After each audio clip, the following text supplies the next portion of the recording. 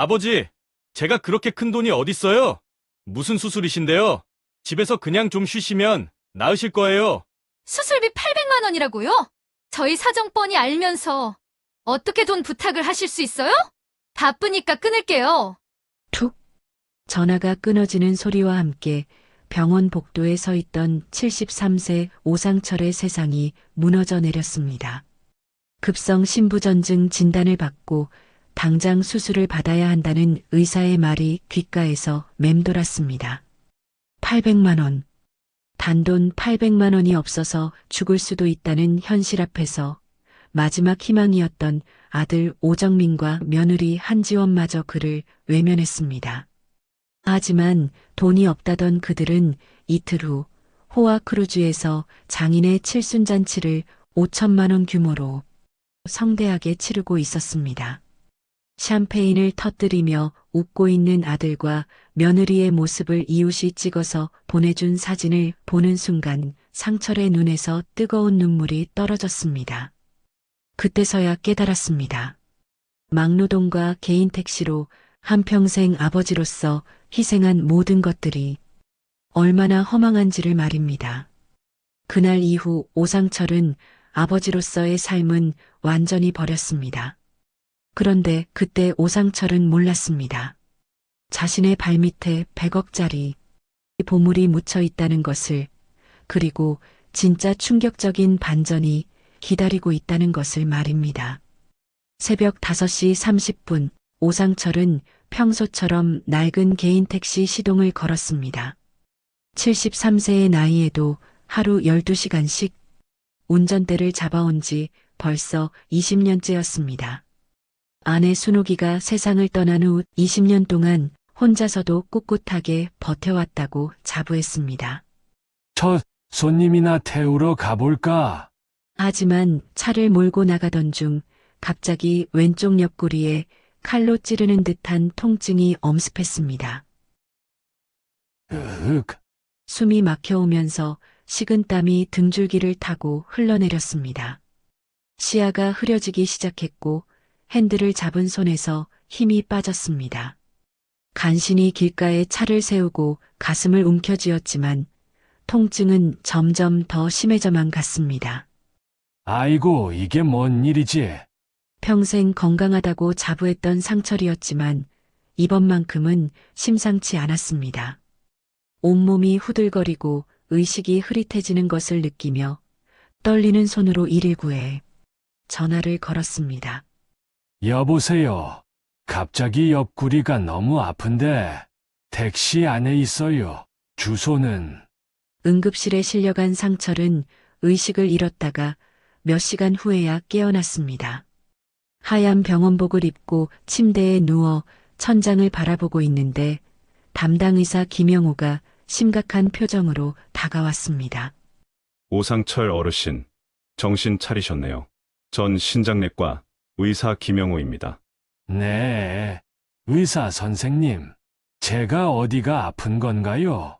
김 의사는 잠시 망설이더니 차트를 들고 조심스럽게 입을 열었습니다. 급성 신부전증입니다. 신장 기능이 급격히 떨어진 상태예요. 지금 당장 투석과 함께 수술을 받으셔야 합니다. 수술이요? 상철의 목소리가 떨렸습니다.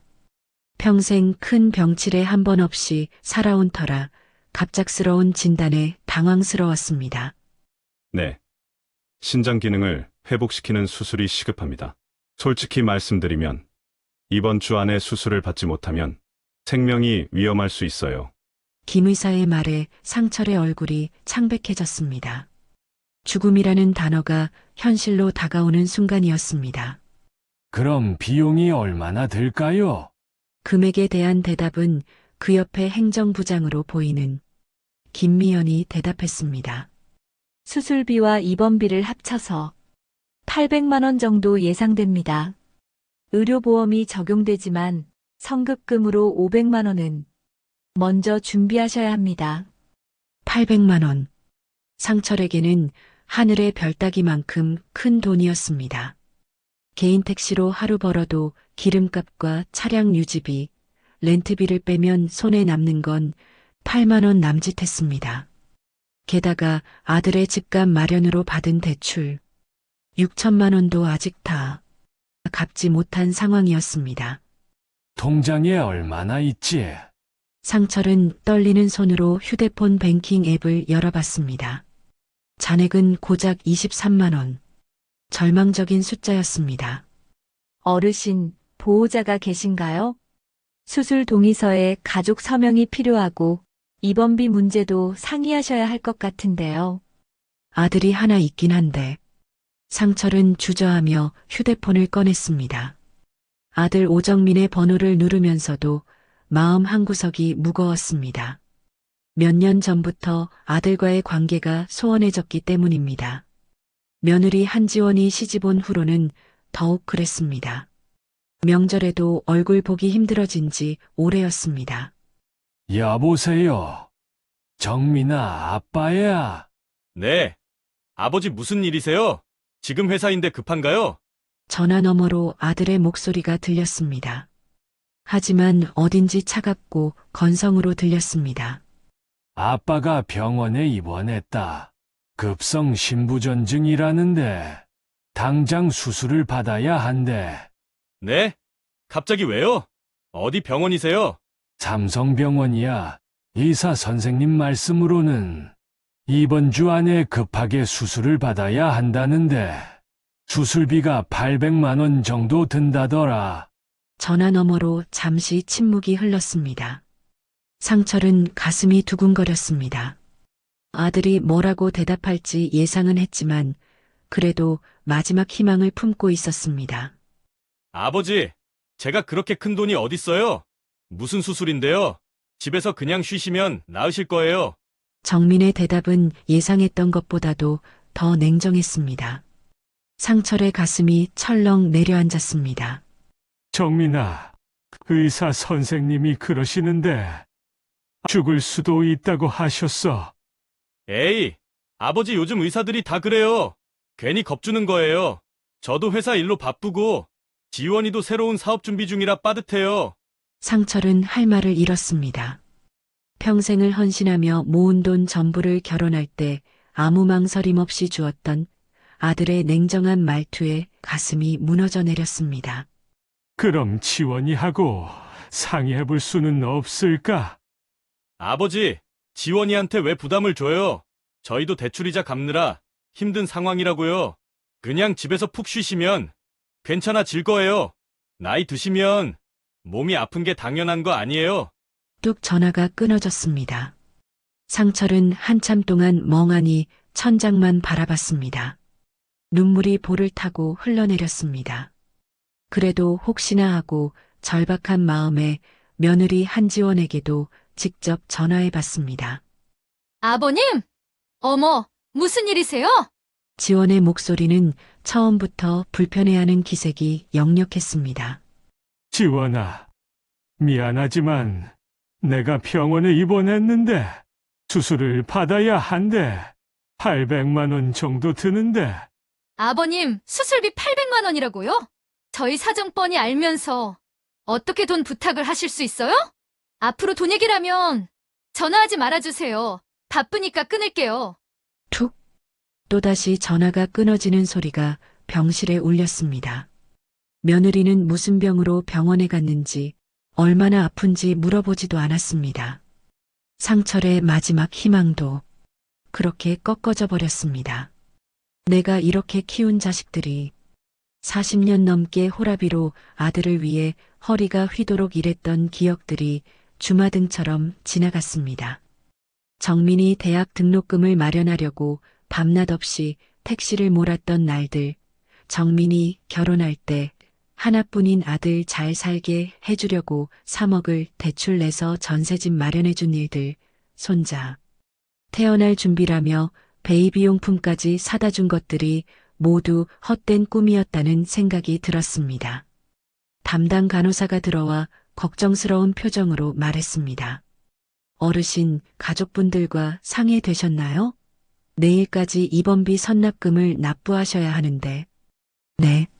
좀 더 알아보겠습니다. 상철은 힘없이 대답했습니다.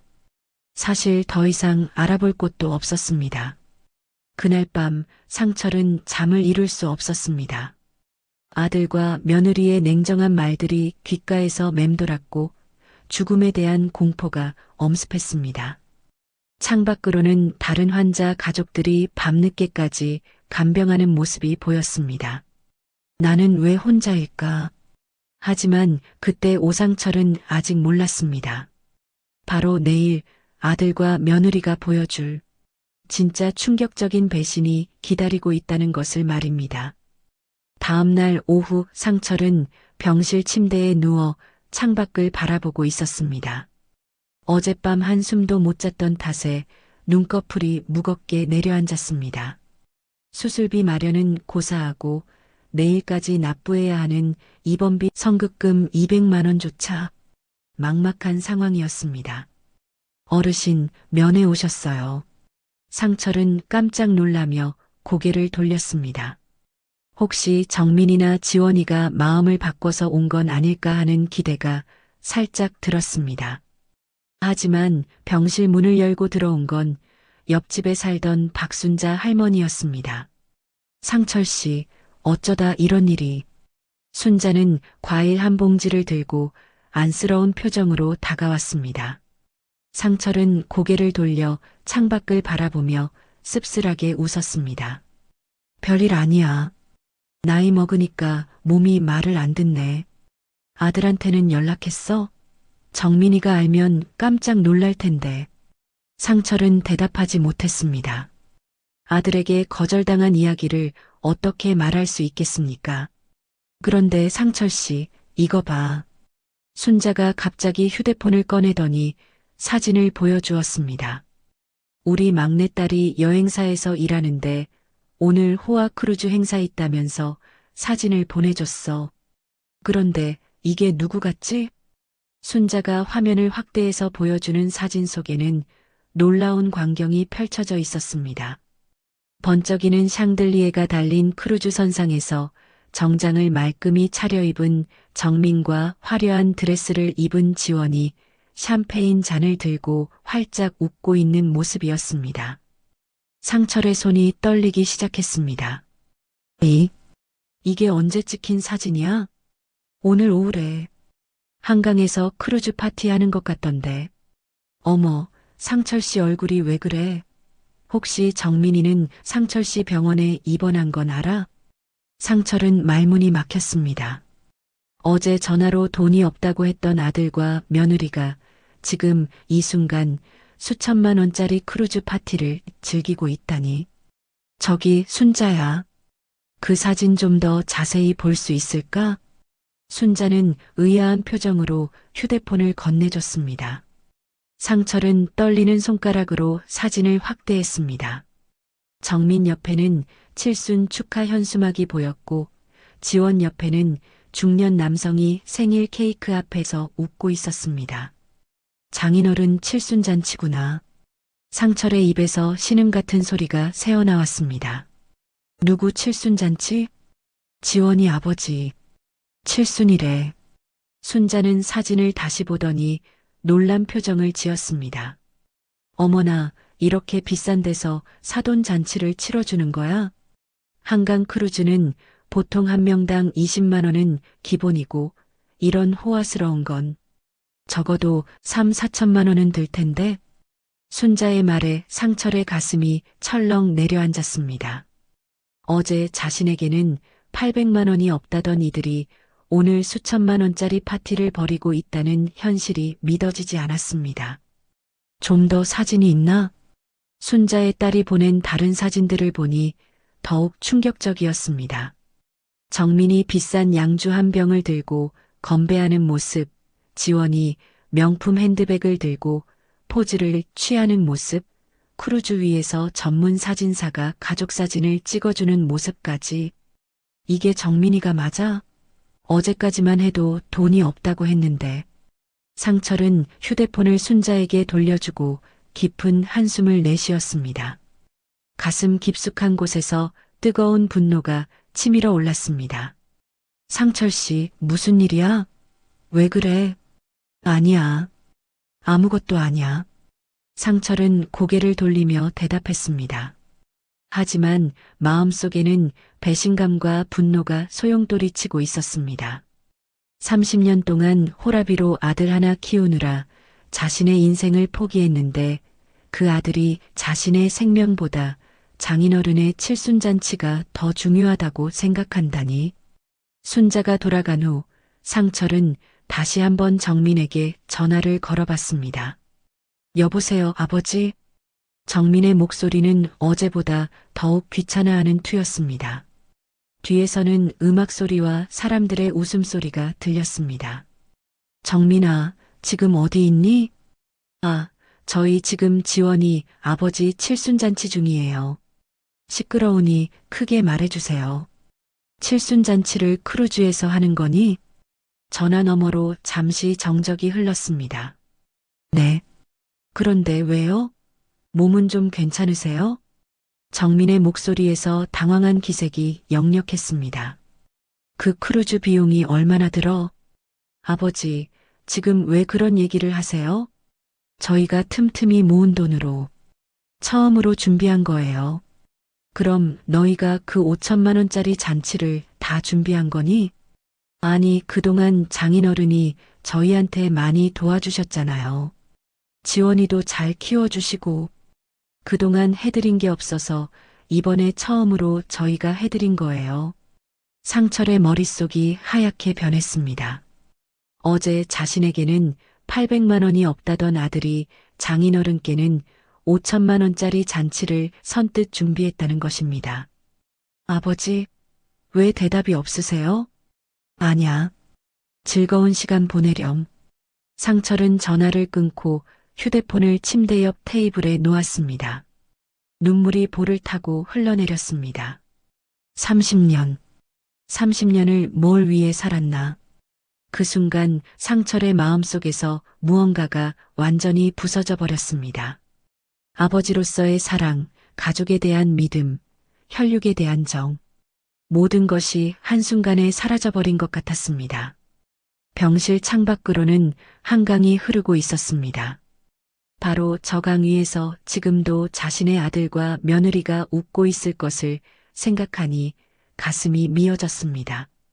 하지만 그때 상철은 몰랐습니다. 이 절망적인 상황에서 자신을 구해줄 운명적인 만남이 바로 내일 기다리고 있다는 것을 말입니다. 다음 날 아침 상철은 병실에서 또 다른 절망적인 소식을 들어야 했습니다. 어르신, 오늘까지 입원비 성급금 200만 원이라도 납부하지 않으시면 퇴원 절차를 밟으셔야 해요. 담당 간호사의 말에 상철은 고개를 끄덕였습니다. 예상했던 일이었습니다. 통장에 23만 원으로는 어림도 없는 일이었습니다. 알겠습니다. 준비하겠습니다. 거짓말이었습니다. 더 이상 어디서 돈을 구할 방법도 없었고 아들에게 다시 연락할 용기도 없었습니다. 어제 크루즈 파티 이야기를 한 후로 정민은 아예 전화를 받지 않고 있었습니다. 오후 2시쯤 상철은 병원 로비로 내려갔습니다. 퇴원 수속을 밟고 집으로 돌아가 조용히 죽음을 기다리려고 했습니다. 30년간 호라비로 살면서 아들 하나 잘못 키운 자신의 인생이 원망스러웠습니다. 로비 한 구석 의자에 앉아 멍하니 창밖을 바라보고 있는데 갑자기 누군가 자신의 어깨를 톡톡 두드렸습니다. 상철이? 오상철 맞지? 상철이 고개를 돌리자 깔끔한 양복을 입은 60대 중반의 남성이 놀란 표정으로 서 있었습니다. 얼굴은 낯익었지만 한순간에 떠올리기 어려웠습니다. 누구세요? 야, 이 자식아. 나 정인철이야. 월남전 때 같이 복무했던 정인철. 순간 상철의 기억이 되살아났습니다. 45년 전 월남전 참전할 때 같은 소대에서 함께했던 전우 정인철이었습니다. 그때는 시골 농부의 아들로 가난했던 인철이가 지금은 말끔한 양복에 고급 시계까지 차고 있었습니다. 인철이? 정말 인철이구나. 두 사람은 반갑게 악수를 나눴습니다. 45년 만에 재회였습니다. 야, 상철아. 너 여기서 뭐해? 어디 아픈 거야? 인철의 관심 어린 눈빛에 상철은 순간 울컥했습니다. 아들조차 자신을 외면하는 상황에서 45년 만에 만난 전우가 보여주는 따뜻함이 고마웠습니다. 별거 아니야. 몸이 좀 안 좋아서. 무슨 별거 아니야. 얼굴이 이렇게 상해 있는데. 무슨 병이야? 인철은 상처를 자세히 살펴보더니 심각한 표정을 지었습니다. 급성 신부전증이래. 수술을 받아야 하는데. 수술? 그럼 빨리 받아야지. 왜 여기 앉아 있어? 상철은 대답하지 못했습니다.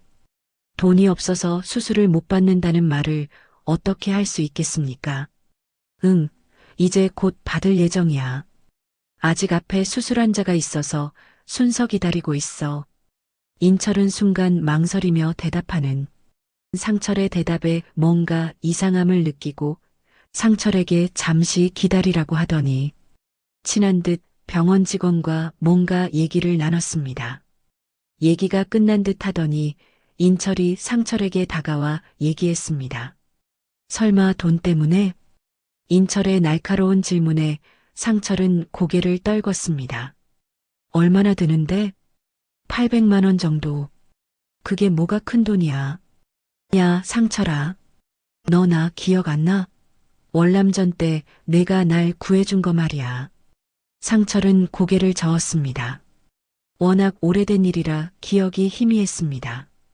1968년 4월 15일. 우리 소대가 베트콩 매복에 걸렸을 때 말이야.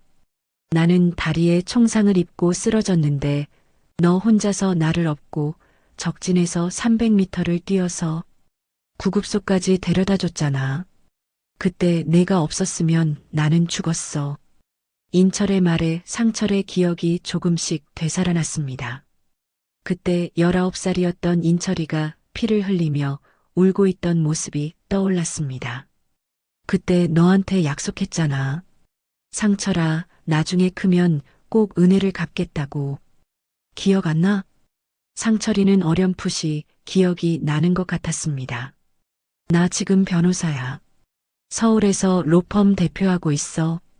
그때 내 덕분에 살아서 공부할 수 있었고 오늘의 내가 있는 거야. 인철이 명함을 꺼내서 상철에게 건네줬습니다. 정인철 종합법률사무소 대표 변호사라고 적혀 있었습니다. 인철아, 너 정말 대단하구나. 야, 무슨 소리야. 다 내 덕분이야. 그런데 지금 내 은인이 돈 때문에 수술을 못 받는다고? 말이 되냐? 인철은 즉시 휴대폰을 꺼내서 어디론가 전화를 걸었습니다. 여보세요, 김 과장? 나 정인철이야. 지금 삼성병원 신장내과에 김영우 의사 있지? 내 친구 수술비 문제 해결해야 하는데. 응, 800만 원. 바로 처리해줘. 상철은 깜짝 놀라며 인철의 팔을 붙잡았습니다. 인철아, 안 돼. 그렇게 큰 돈을. 야, 상철아. 내가 지금까지 번 돈이 얼마인지 알아? 너 없었으면 한 푼도 못 벌었어. 이건 당연한 거야. 인철은 다시 전화를 걸어서 병원 원무과와 이야기를 시작했습니다. 10분도 안 되어서 모든 것이 해결되었습니다. 다 됐다. 내일 오전에 수술 받으면 돼. 상철은 믿을 수 없다는 표정으로 인철을 바라봤습니다. 인철아, 정말 고마워. 어떻게 갚지? 갚긴 뭘 갚아? 내가 평생 너한테 빚진 채로 살았는데. 두 사람은 병원 카페로 이동해서 커피를 마시며 45년간의 이야기를 나눴습니다. 인철은 전역 후 야간 대학을 다니며 사법고시에 합격했고 지금은 서울에서 가장 큰 로펌 중 하나를 운영하고 있다고 했습니다. 그런데 상철아, 가족들은 뭐하고 있어? 아들 있다고 했잖아. 인철의 질문에 상철은 말문이 막혔습니다. 어제까지의 일들이 생생히 떠올랐습니다. 바빠서. 바쁘다고? 아버지가 죽을 수도 있는 수술인데? 상철은 결국 어제부터의 일들을 모두 이야기했습니다. 아들과 며느리가 수술비를 거절한 것, 바로 다음날 5천만 원짜리 크루즈 파티를 벌인 것, 장인어른 칠순잔치 때문에 그런 일이 일어난 것까지 인철의 표정이 점점 굳어졌습니다. 잠깐만. 5천만 원짜리 잔치를 해주면서 아버지 수술비 800만 원은 없다고 했다고? 그래. 이런 개자식들이 있나? 인철의 목소리에 분노가 담겨 있었습니다. 상철아, 사정이 있었겠지만 재산은 하나도 못 모은 거야? 땅이나 집 같은 거? 그러게 말이야. 어떻게 살다 보니 그렇게 됐네. 현금은 하나도 없고 집은 전세고 땅이 하나 있긴 한데 개발 제한 구역이라 별 값어치가 없어. 개발 제한 구역? 어디에? 순간 정인철의 얼굴이 번뜩이면서 물어봤습니다. 상철이 땅의 위치를 설명하자 인철의 눈빛이 달라졌습니다. 상철아, 혹시 그 땅이 얼마나 넓어? 3,000평 정도. 왜? 인철은 즉시 휴대폰으로 어디론가 전화를 걸기 시작했습니다. 여보세요, 김 의원님? 나 정인철입니다. 혹시 다음 달 도시계획위원회에서 논의될 개발제한구역 해제 지역이? 네, 맞습니다. 그 지역 맞아요? 전화를 끄는 인철의 얼굴에 놀라움이 가득했습니다. 상철아, 너 대박 났다. 뭔 소리야? 그 땅 다음 달에 개발제한구역에서 해제된다. 정부에서 극비리의 신도시 계획을 추진하고 있어. 나도 정계 쪽 인맥을 통해서 겨우 알아낸 사실이야. 아직 공식 발표 전이라 진짜 극소수만 알고 있는 정보야. 땅값이 평당 300만 원은 될 거야. 상철은 계산이 안 되었습니다. 3,000평에 평당 300만 원이면 90억이야. 상철아, 너 90억짜리 땅 주인이야. 상철은 의자에 주저앉았습니다. 믿을 수 없는 이야기였습니다. 불과 몇 시간 전까지만 해도 죽을 생각을 했었는데 100억에 가까운 돈이 생긴다니? 그런데 상철아, 아들이 이 사실을 알면 어떻게 될 것 같아? 인철의 질문에 상철은 아찔했습니다. 800만 원도 주지 않던 아들이 90억짜리 땅이 있다는 걸 알면 아마 당장 달려올 거야. 그럼 그 땅 지켜야지. 너한테 그런 식으로 대한 자식들한테 줄 이유가 있어? 상철은 고민에 빠졌습니다. 분명히 화가 나긴 했지만 그래도 자신의 아들이었습니다. 하지만 인철아, 그래도 내 아들인데. 상철아, 정신 차려. 그 자식들이 너를 아버지로 생각하고 있어? 너는 그냥 ATM 기계야. 돈 뽑는 기계. 지금은 그나마도 없어서 무시당하는 거고. 인철의 말은 냉정하지만 매우 현실적이고 사실적이었습니다. 그래서 더욱더 가슴에 박혔습니다. 어제까지의 일들을 생각해보니 정말 그런 것 같았습니다. 그때 인철은 상철이 내릴 결정이 앞으로 모든 것을 바꿀 것이라는 걸 몰랐습니다. 다음날 오상철은 긴장된 마음으로 수술을 받았고 2시간의 시간이 지나고 수술이 끝났습니다. 수술이 성공적으로 끝난 후 담당 의사 김영호가 상철에게 조심스럽게 말했습니다. 어르신, 수술은 잘 되셨지만 나이가 73세이시고 혼자 계시잖아요. 회복하면서 혹시 모를 합병증도 살펴야 하고 투석 관리도 안정화시켜야 하니까 한 달 정도는 입원하시는 게 안전할 것 같습니다. 상철은 고개를 끄덕였습니다. 사실 집에 혼자 있는 것도 불안했고 인철이 매일 병문안을 와주니 외롭지도 않았습니다. 일주일이 지났습니다. 상철은 회복실에서 천천히 건강을 되찾아가고 있었고 인철은 매일같이 병문안을 와주었습니다. 두 사람은 그동안 나누지 못했던 45년간의 이야기를 주고받으며 우정을 다시 쌓아가고 있었습니다. 그런데 이상하게도 정민과 지원은 아직까지 단 한 번도 병원에 나타나지 않았습니다. 상철이 수술을 받았다는 소식조차 모르고 있는 듯 했습니다. 평소 같으면 서운했을 텐데 지금의 상철은 오히려 편안했습니다. 이미 아들에 대한 기대를 완전히 버렸기 때문이었습니다. 상철아, 태어나면 어디서 지낼 거야? 인철이 사과를 깎아주며 물었습니다. 집에서 지내야지. 어디 갈 데가 있나? 그런데 혼자서 괜찮겠어? 아직 몸이 완전히 회복된 건 아니니까 우리 집에서 같이 지내는 건 어때? 상철은 인철을 바라보며 가슴이 뜨거워짐을 느꼈습니다. 45년 만에 우연히 만난 전우가 혈육인 아들보다 더 자신을 걱정해주고 있었습니다.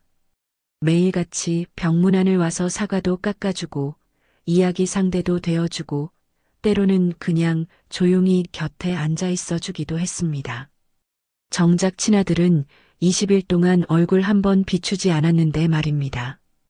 바로 그때 병실 문이 벌컥 열리며 정민과 지원이 숨을 헐떡이며 들어왔습니다. 두 사람의 얼굴에는 놀라움과 당황스러움이 가득했습니다. 아버지, 왜 연락을 안 해주셨어요? 수술을 받으셨다면서요? 정민은 마치 진짜 걱정했다는 듯이 상철의 손을 잡았습니다. 지원도 눈물까지 글썽이며 다가왔습니다. 아버님, 정말 죄송해요. 저희가 몰랐어요. 왜 말씀 안 해주셨어요? 상철은 냉정하게 바라봤습니다. 일주일 동안 단 한 번도 안부 전화 하나 오지 않았던 이들이 갑자기 나타나서 연기를 하고 있는 것이었습니다. 말했잖니. 너희가 받지 않았고. 아, 그때 저희가 너무 바빴거든요. 죄송해요, 아버지. 정민의 목소리에는 어색함이 묻어 있었습니다. 인철은 구석에서 이 광경을 지켜보며 표정을 굳혔습니다. 그런데 수술비는 어떻게 마련하셨어요? 저희가 도와드리려고 했는데. 지원의 질문에 상철은 씁쓸하게 웃었습니다. 친구가 도와줬어. 친구요? 정민과 지원의 시선이 인철에게 향했습니다. 인철은 간단히 인사만 하고 자리에서 일어났습니다. 상철아, 나는 일이 있어서 먼저 갈게. 내일 또 올게. 인철이 나간 후 정민과 지원은 갑자기 태도가 달라졌습니다. 진짜 관심사가 무엇인지 드러내기 시작한 것입니다. 아버지, 그 친구분이 변호사라던데. 어떤 분이세요? 옛날 전우야. 전우요?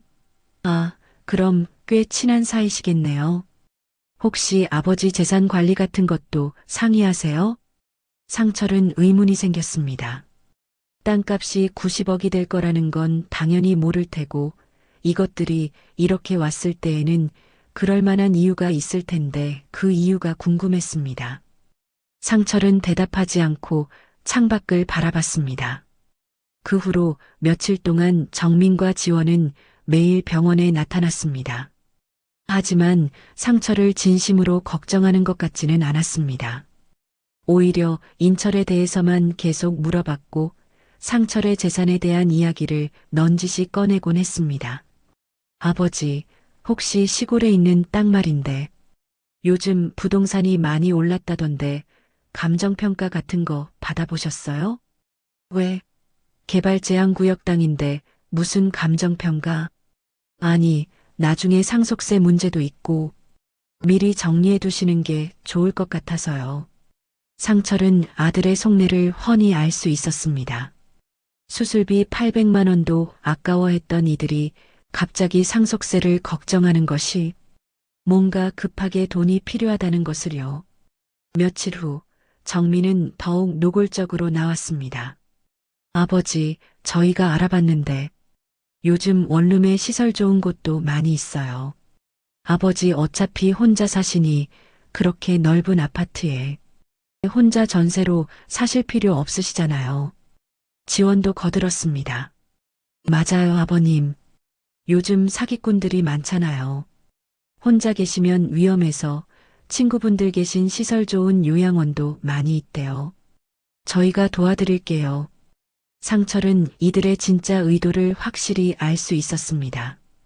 갑자기 효자, 효부로 변신한 이들의 목적은 오직 하나, 혹시나 대출이 가능할 수도 있는 땅과 아파트 전세금이었습니다. 참 대답할 가치도 없는 것들이었습니다. 그날 저녁 인철이 병문안을 왔을 때 상철은 이 모든 상황을 털어놓았습니다. 인철아, 너 말이 맞았어. 진짜 ATM 기계 취급하는구나.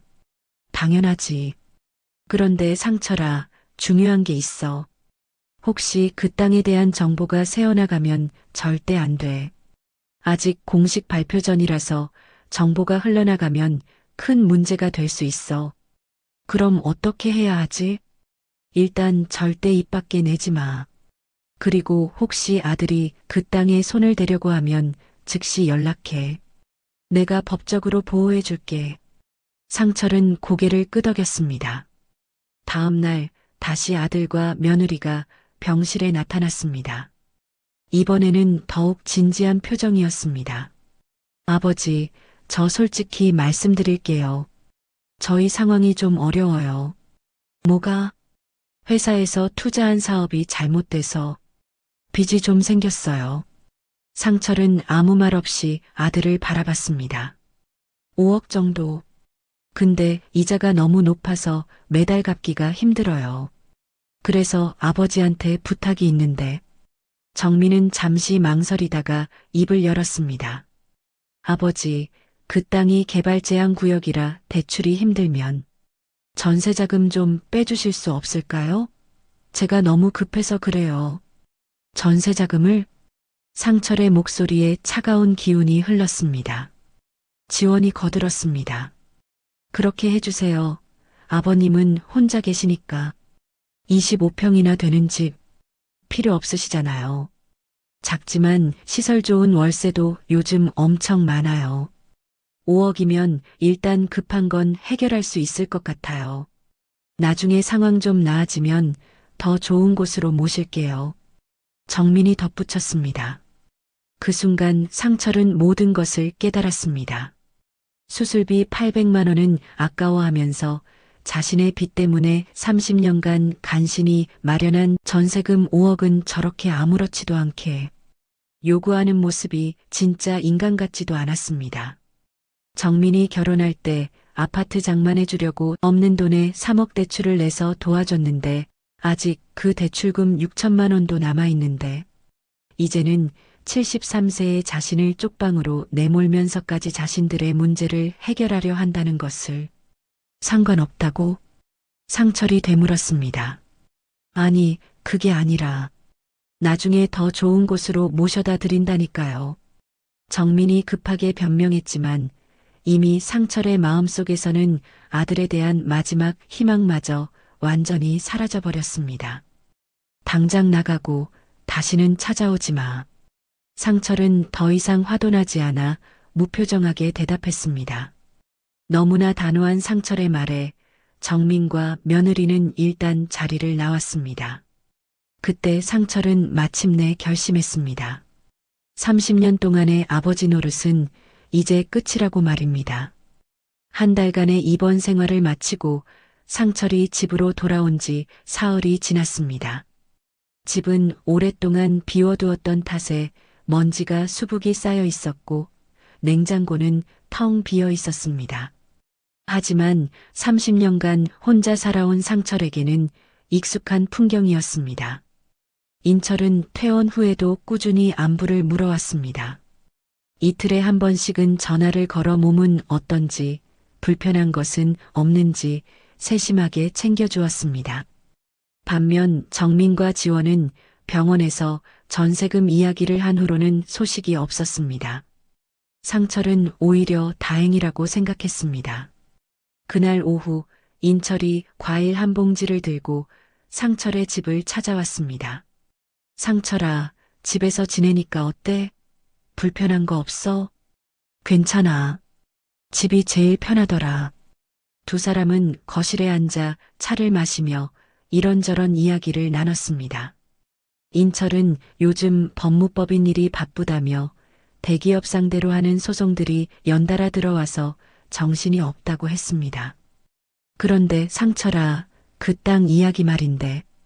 인철이 목소리를 낮추며 말했습니다. 아직도 아무한테 말 안 했지? 당연하지. 누구한테 말하겠어. 그래, 잘했어. 정말 조심해야 해. 이런 정보가 새어나가면 큰일이야. 인철이 주변을 둘러보더니 더욱 조심스럽게 말을 이어갔습니다. 내가 어제 국토부 쪽 친구한테 확인해 봤는데 다음 달 15일에 공식 발표 예정이래. 그럼 그때부터 땅값이 하늘로 치솟을 거야. 그럼 정말 90억이 되는 거야? 90억은 기본이고 위치가 워낙 좋으니까 100억도 넘을 수 있어. 3,000평에 평당 400만 원까지도 가능하다더라. 정말이야? 정확한 건 이따가 만나서 자세하게 얘기해 준다고 했으니까 내가 문자로 알려줄게. 인철이 시계를 보더니 자리에서 일어났습니다. 상철아, 나 사무실에 급한 일이 있어서 먼저 갈게. 소식 들으면 바로 연락드릴게. 그래, 고마워. 인철이 떠난 후 몇 시간이 지났습니다. 상철은 저녁 준비를 하려다가 냉장고가 비어 있는 것을 보고 한숨을 쉬었습니다. 그때 핸드폰에서 문자 소리가 났습니다. 인철에게서 온 문자였습니다. 다음 달 15일 국토부 개발토지 발표. 평당 300은 기본이고 4, 500도 갈 수 있다더라. 3,000평이니 100억은 될 것 같다. 축하한다, 상철아. 상철은 문자를 읽고 또 읽었습니다. 100억이라는 숫자가 믿어지지 않았습니다. 30년간 개인 택시를 몰고 한 푼도 안 써도 10억도 벌기 힘든 돈이었습니다. 바로 그때 현관문에서 벨소리가 났습니다. 아버지, 저희예요. 정민과 지원의 목소리였습니다. 상철은 핸드폰을 식탁에 내려놓고 문을 열어주었습니다. 왜 또 왔니? 아버지 저녁 드셨어요? 안 드셨을 것 같아서 음식 해드리러 왔어요. 지원이 큰 봉지를 들고 들어왔습니다. 정민도 과일 한 상자를 들고 있었습니다. 괜찮다. 대충 먹을게. 아니에요, 아버지. 몸조리 잘하셔야죠. 두 사람은 부엌으로 가서 부산하게 음식을 준비하기 시작했습니다.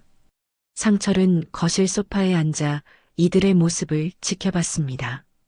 지원이 물을 가져다 드리려고 식탁으로 왔을 때 우연히 상철의 핸드폰 화면이 켜져 있는 것을 보았습니다.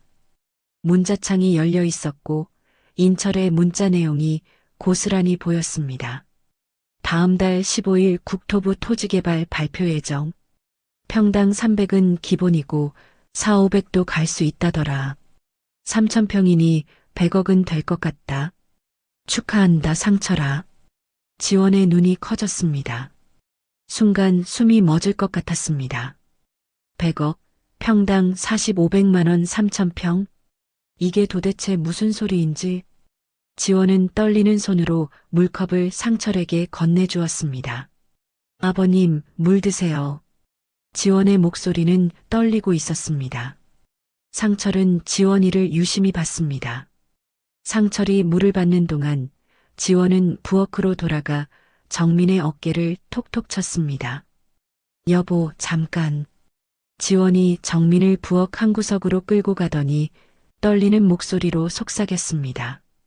왜 100억이야? 아버지 땅이 100억이라고. 뭐라고? 정민이 놀라서 큰 소리를 낼 뻔했지만 지원이 재빨리 입을 막았습니다. 조용히 해. 아버지 핸드폰에 문자 왔는데 그 변호사가 보낸 거야. 평당 4, 500만 원, 3,000평이니까 100억이래. 다음 달에 토지개발구역 정부 발표가 있대. 내 두 눈으로 똑똑히 봤어. 정민의 얼굴이 하얗게 변했습니다. 100억, 자신들의 빚 5억이 문제가 아니라 평생 만져볼 수도 없는 돈이었습니다. 두 사람은 서로를 바라보며 눈빛을 교환했습니다. 이제 정말로 아버지에게 잘해야 한다는 생각이 들었습니다. 아니, 잘하는 정도가 아니라 무릎 꿇고라도 용서를 빌어야 한다는 생각이 들었습니다. 아버지, 밥 다 됐어요. 그 후로 정민과 지원은 매일같이 상철을 찾아왔습니다. 아침에는 미역국을 끓여다 주고 점심에는 반찬을 가져다 주고 저녁에는 함께 식사하며 안부를 물었습니다. 예전과는 180도 달라진 모습이었습니다. 아버지, 몸은 어떠세요? 불편한 거 없으시죠? 혈압약은 잘 드시고 계시죠? 저희가 매일 확인해 드릴게요. 아버지, 이거 건강에 좋다고 해서 사왔어요. 꼭 드세요. 좀 지나다 보니 상철도 약간 당황했습니다. 그토록 차갑게 굴던 아들과 며느리가 갑자기 이렇게 극진하게 모시니 진짜인가 헷갈릴 때도 있었습니다. 왜냐하면 집으로 온 후에는 전세금뿐만 아니라 돈 얘기는 아예 꺼내질 않았습니다. 하지만 며칠이 지나면서 상철은 이들의 진짜 속마음을 알 수 있었습니다. 상철이 방에서 자고 있을 때 아들과 며느리의 속삭이는 말소리가 들려왔습니다. 여보, 아버님한테 땅 얘기 언제쯤 얘기할 거야? 나 지금 대출금 밀려서 신용불량되기 직전이야. 지금쯤 얘기를 해야 다음 달 땅값 치솟을 때 바로 팔고 상속을 받을 수 있지? 그래, 나도 코인 때문에 빚독촉이 너무 심한 상태야. 여태 우리가 잘했으니 슬슬 얘기를 꺼내자. 아, 생각만 해도 너무 설렌다. 자기는 아버님, 외아들이니까 100억 전부 상속해 주시겠지? 아들과 며느리는 내 핸드폰에 인철이 문자를 몰래 봤던 거고 내 땅이 한 달 후면 100억의 가치가 있다는 걸 이미 알고 있었던 거죠. 상철은 본인의 어리석음에 치를 떨었습니다. 그렇게 속고도 또 마음이 살짝 속을 뻔했다는 사실에 분노했습니다. 마음 한구석에 어렸을 때 자신에게 온 힘이 되었던 아들 정민의 모습이 아른거려 현실을 외면하려 했던 것이었는지도 모릅니다. 그게 아마 자식이라는 존재인 것 같았습니다. 그러나 이제 본격적으로 그들의 본심이 나오기 시작했습니다. 아버지, 그런데 혹시 시골에 있는 땅 이야기 좀 들어볼 수 있을까요? 정민이 넌지시 화제를 꺼냈습니다. 왜? 아니, 아버지 혼자 계시니까 저희가 관리를 도와드리려고요. 요즘 부동산 사기도 많고 지원도 거들었습니다. 맞아요, 아버님. 요즘 농지도 값이 많이 올랐다던데 혹시 감정평가라도 받아보셨어요? 상철은 속으로 씁쓸하게 웃었습니다. 결국 이들의 관심사는 오직 돈뿐이었습니다. 90억이라는 액수를 알게 된 후로 이렇게 극성스럽게 모시는 것입니다. 글쎄, 잘 모르겠네. 상철이 시치미를 떼자 정민과 지원은 더욱 조급해졌습니다. 그때 상철은 결심했습니다. 이들이 탐욕에 눈이 멀어 어디까지 갈 수 있는지 끝까지 지켜보기로 말입니다. 며칠 동안 상철의 집에는 과하게 정갈한 밥상이 이어졌습니다. 반찬은 날이 갈수록 늘어났고 약통은 색깔별로 줄이 맞춰졌습니다. 지원은 장바구니를 들고 제 집처럼 드나들었고 정민은 출근 전 혈압계를 꺼내 조심스레 커플을 감았습니다. 정겨운 손길처럼 보였지만 상철에게는 그 손끝의 맥박이 뜻밖의 빠르게 뛰는 것이 느껴졌습니다. 다정함 속에 숨은 조급함이었습니다. 그날 저녁 상철은 숟가락을 내려놓고 천천히 숨을 골랐습니다. 얼굴에는 오래 생각한 결론이 얹혀 있었습니다. 그만하거라. 괜히 이런저런 정성 부려봤자 소용없다. 나는 이미 이 집을 부동산에 내놨다. 정리되면 곧 고향으로 내려갈 거다. 그러니 더는 날 찾지 마라. 정적이 거실에 내려앉았습니다.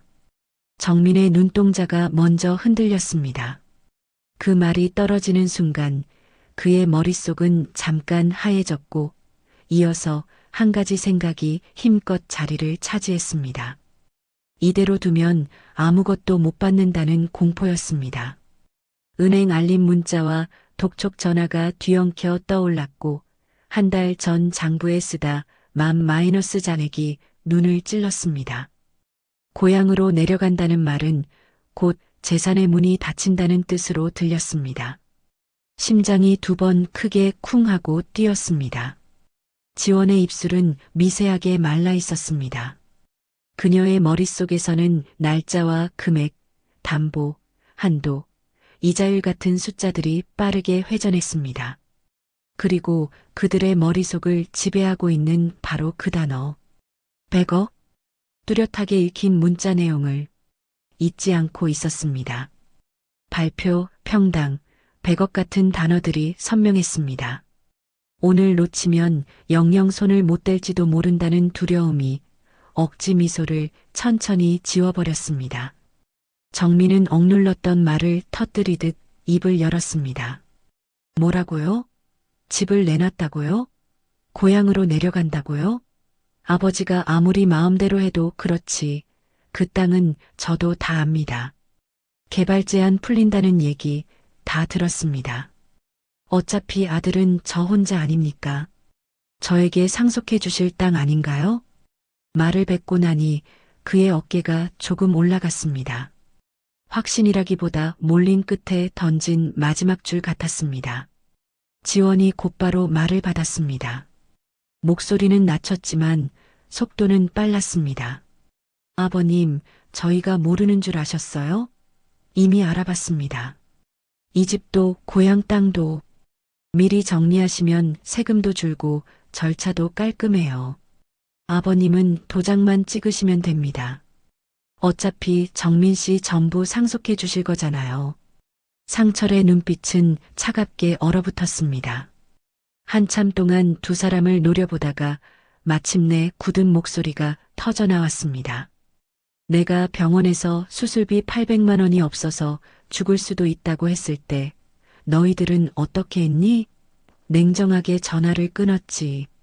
그런데 바로 다음 날 너희 장인어른 칠순잔치에는 몇 천만 원을 쏟아붓더라. 그 잘난 명품 가방 들고 샴페인 터뜨리며 웃던 사진 다 봤다. 그 입으로 지금 상속을 얘기한다고? 도대체 너희 가슴에 양심이라는 게 있긴 하냐? 뻔뻔한 것도 정도가 있지. 너희 같은 철면피는 내 살아생전 처음 본다. 그 말의 순간 거실은 얼어붙은 듯 조용해졌습니다. 정민의 입술이 파르르 떨렸고 지원의 눈빛에는 잠시 흔들림이 스쳤습니다. 그러나 이내 두 사람은 다시 목소리를 높이며 억지를 부리기 시작했습니다. 정민의 호흡이 거칠어졌습니다. 그는 한 발 다가섰습니다. 머릿속에서는 계산과 공포가 서로 목을 조르고 있었습니다. 오늘 설득하지 못하면 내일 은행 창구에서 고개를 숙이게 될 자신이 선하게 떠올랐습니다. 그냥 모든 게 끝인 것 같았습니다. 아버지, 지금은 감정이 아니라 현실적으로 생각하세요. 저희도 사정이 있었습니다. 아버지, 제발 아들 좀 살려주세요. 상속 절차 지금 하시죠. 미루면 정말 손해예요. 저희가 다 준비해놨어요. 지원은 준비해온 서류 봉투를 꺼내 식탁 위에 올렸습니다. 종이의 모서리가 유난히 반듯했습니다. 인감증명 위임장, 포괄 위임장, 등기 관련 동의서가 순서대로 가지런히 놓였습니다. 지원은 서류에 잡힐 서명란을 손끝으로 톡톡 짚었습니다. 여기에요, 여기 5군데만 도장 찍어주시면 됩니다. 아버님이 직접 뛰실 일 전혀 없어요. 저희가 다 하겠습니다.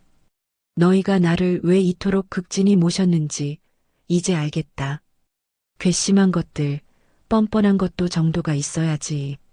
당장 나가. 정민의 마음 한구석이 움찔했습니다.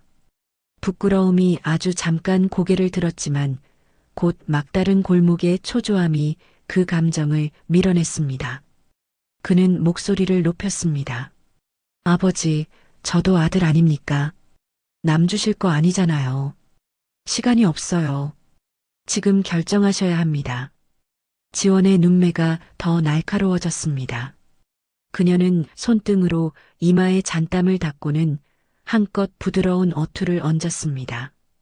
그러나 문장 끝에는 단단한 설득의 못이 박혀 있었습니다. 아버님, 이 기회 놓치면 다 손해예요. 발표 전에 움직여야 유리합니다. 아버님도 편하시고요. 가족끼리 좋은 게 좋은 거죠.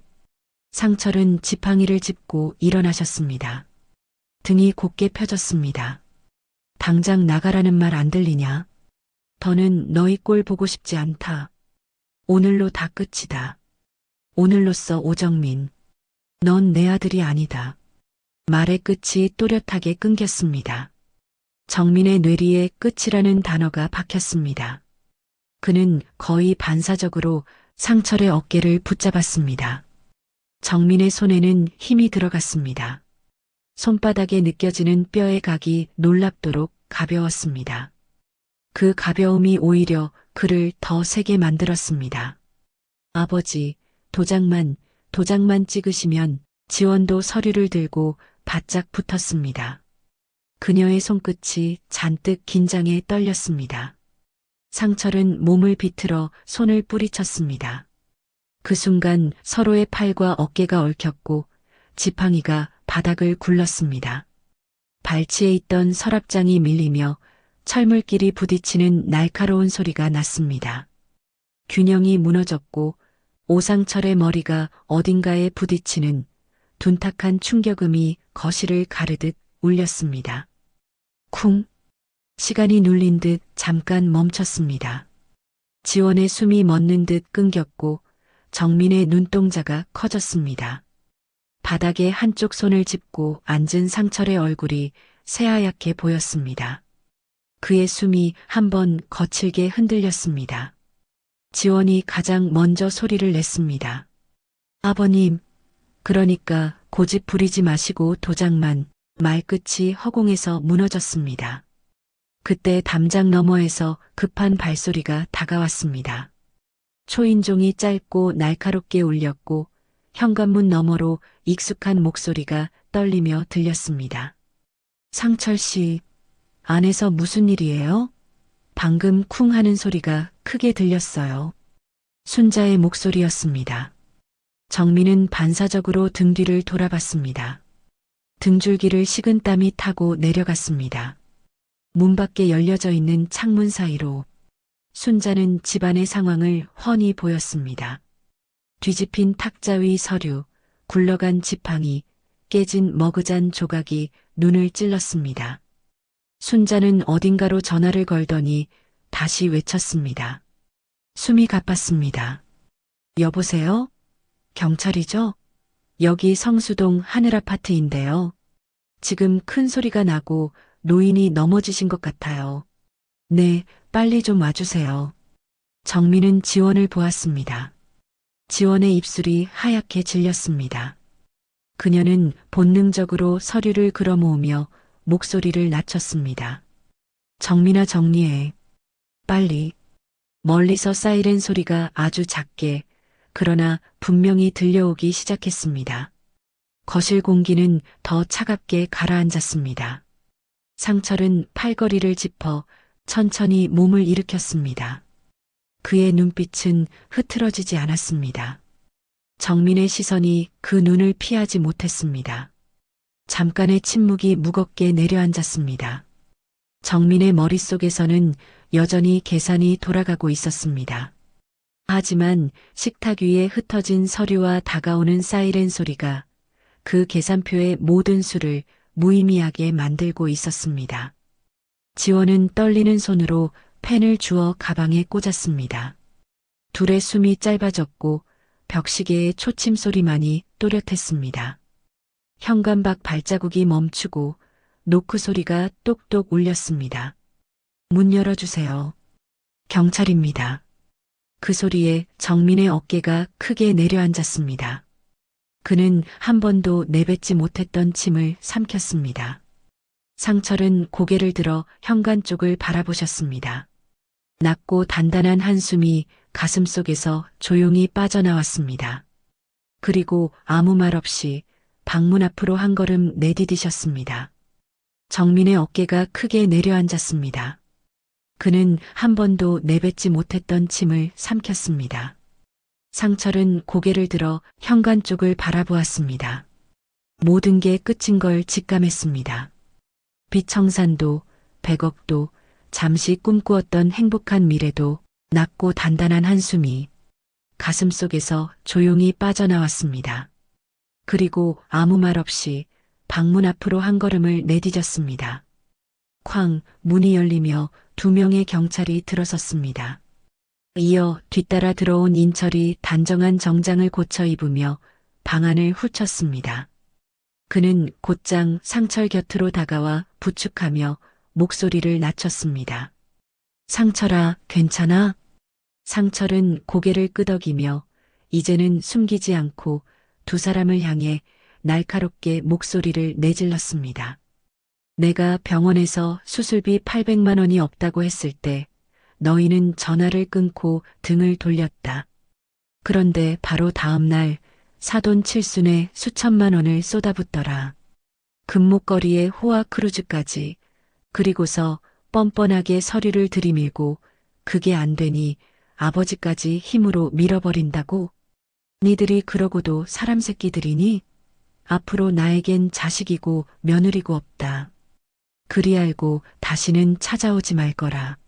찾아오면 노인학대로 당장 감방에 쳐넣어 줄 테니. 순간 정민의 얼굴이 파랗게 질리며 굳어졌다. 지원은 숨을 고르지 못한 채 손가락 끝만 달달 떨었다. 경찰은 방안을 둘러보며 단호하게 말했다. 이 정도면 충분히 재물손괴와 폭행 미수 혐의가 성립됩니다. 피해자분이 원하시면 현행범으로 체포하겠습니다. 정민은 다급히 손사래를 치며 외쳤다. 아닙니다. 오해십니다. 저희는 그냥 가족끼리 대화를 하던 겁니다. 그 순간 인철이 서류 가방을 열어 두꺼운 서류 뭉치를 꺼냈습니다.